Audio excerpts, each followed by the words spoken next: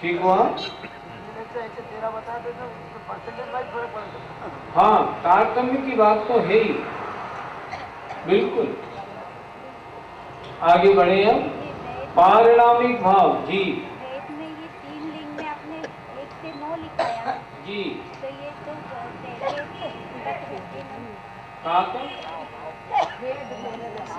नहीं, आप प्रश्न अपना स्वयं करें। ये वेद में आपने 1 से 9 गुणे जी तो ये 9 तक ही रहते हैं। जी, आप आगे तक क्यों कह रही हैं?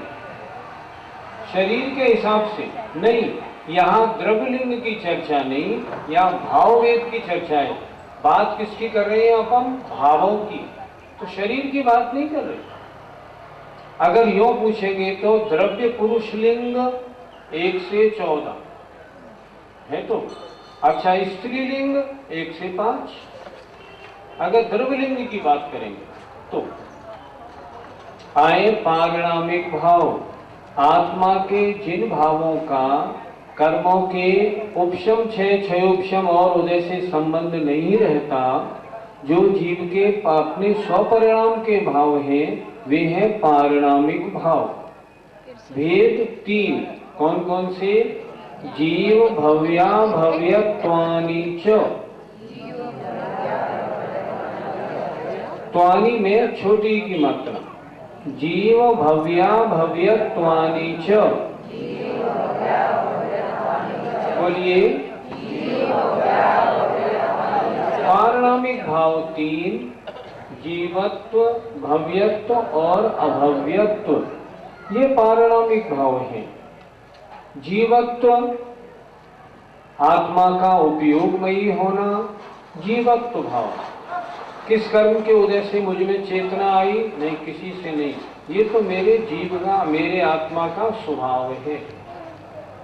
भव्यत्व सम्यक्त्व या रत्नत्रय उत्पत्ति की योग्यता जहां पाई जाए वहां भव्यत्व भाव है, और जहां सम्यक्त्व या रत्नत्रय की उत्पत्ति की योग्यता नहीं है वे अभव्यत्व भाव वाले हैं।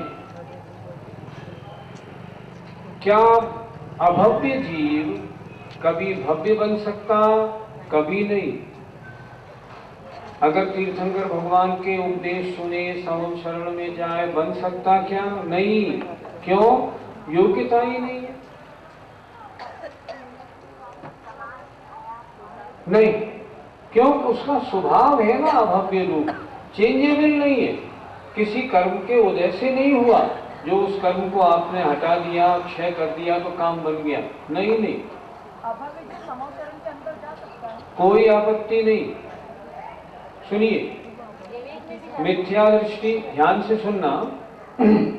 मिथ्या दृष्टि और अभव्य जीव समम शरण में प्रवेश करते हैं या नहीं, इस संबंध में भिन्न भिन्न आचार्यों ने भिन्न भिन्न चर्चाएं की हैं। तिलोय परिणतिकार आचार्य यति वृषभ कहते हैं कि समम शरण में मिथ्या दृष्टि और अभव्य का प्रवेश नहीं होता। हरवंश पुराणकार कहते हैं मिथ्या दृष्टि का प्रवेश होता है। उत्तर पुराणकार कहते हैं कि समम शरण में मिथ्या दृष्टि भी जाते हैं, अभव्य भी जाते हैं।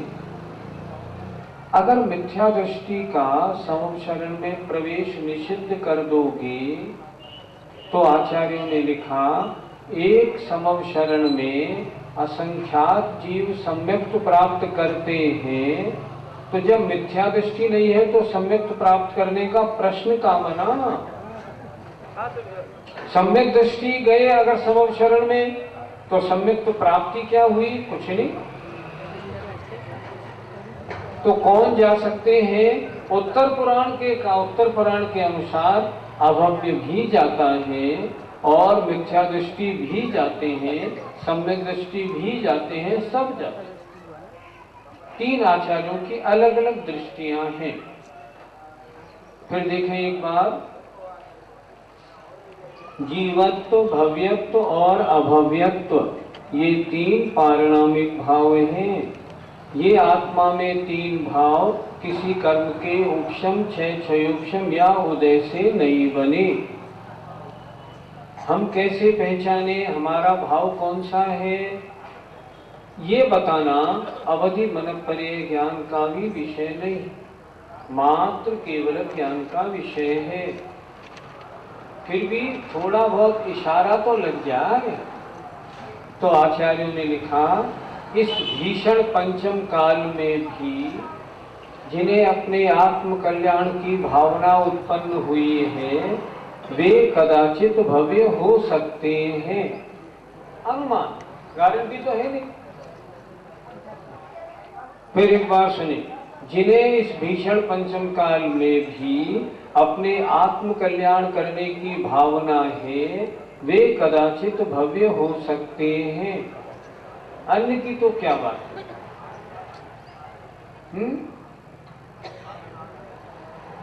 तो क्या हुआ? आपका कहना है संख्या अधिक किसकी है, अभव्य या भव्य? भव्य की संख्या, लेकिन अक्षय अनंत है। और भव्य में भी तो तीन तरह के भव्य हैं, एक निकट भव्य, एक दूर भव्य, एक दूरान दूर भव्य। दूरान दूर भव्य भव्य तो है, पर अनंत काल से नित्य निगोद में है और अनंतानंत काल तक नित्य निगोद में ही रहेंगे, निकलेंगे ही नहीं।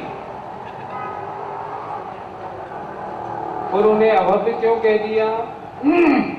उनकी आत्मा में सम्यक्त उत्पत्ति की योग्यता है, पर निमित्त का अभाव होने से कभी उत्पत्ति होगी नहीं। उपादान की शक्ति जीरो। क्यों? निमित्त नहीं मिलेगा, उपादान बैठा रहेगा। बैठे रहो नित्य निगोद में। योग्यता तो हमने है, होगी। निकलोगे नहीं तो कहां से कर लोगे? नहीं, कभी नहीं। दूरान दूर भव्य, ध्यान से सुनना, दूरान दूर भव्य जितने भी हैं, सारे के सारे नित्य निगोद में अनंत काल से हैं और अनंतानंत काल तक नित्य निगोद में ही रहेंगे। एक भी दूरान दूर भव्य निगोद से निकल के पृथ्वी का एक भी नहीं बनेगा। ये उनकी आत्मा का स्वभाव है, हम क्या बताएं। उन्होंने कोई पाप किया होगा, पाप करने का क्या, वो तो वही है और वही रहेंगे। स्वभाव ही ऐसा है, क्या कर सकते हैं। कुछ जो भी कुछ हो। अब मैं पूछता हूँ, सुनो, एक मूंग के पेड़ में दो ठर्रा मूंग निकली, इन बेचारी ने क्या पाप किया है? ये ठर्रा बन गई। कुछ नहीं, इसमें कोई कुछ नहीं कर सकता। हाँ, कुछ नहीं कर सकता। ये तो स्वभाव है उस आत्मा का। इसलिए उन्होंने कहा अभव्यत्व पारिणामिक भाव। कैसे हुआ? नहीं, ऐसे नहीं। किसी कर्म के उदय से नहीं, किसी कर्म के उदय से नहीं। तो क्या है? ये स्वभाव है उस आत्मा। अनंतानंत काल से नित्य निगोद में और अनंतानंत काल तक भी नित्य निगोद में। आज तक न कभी निकले और न कभी निकलेंगे। जी हाँ हाँ, तो आपत्ति क्या है? अभव्य जाते हैं कि नहीं? हाँ, अभव्य, अभव्य नौवे ग्रव्य तक कोई आपत्ति नहीं। अन्यथा अभव्यों का पंच परावर्तन कैसे कराओगे? अगर नौवे ग्रव्य तक नहीं भेजोगे तो वो तो जाना ही है, पंच परावर्तन पूरा करना है। हम कितनी बार हुआए क्या मालूम, कितनी बार हुआए। हो सकता है अनंत बार हुआए हो और मान लो नित्य निगोद से निकल के ही आ रहे हैं तो अभी नंबर नहीं लगा होगा। ऐसा भी हो सकता है, कौन कह सकता है। ये हमारे ज्ञान का विषय नहीं।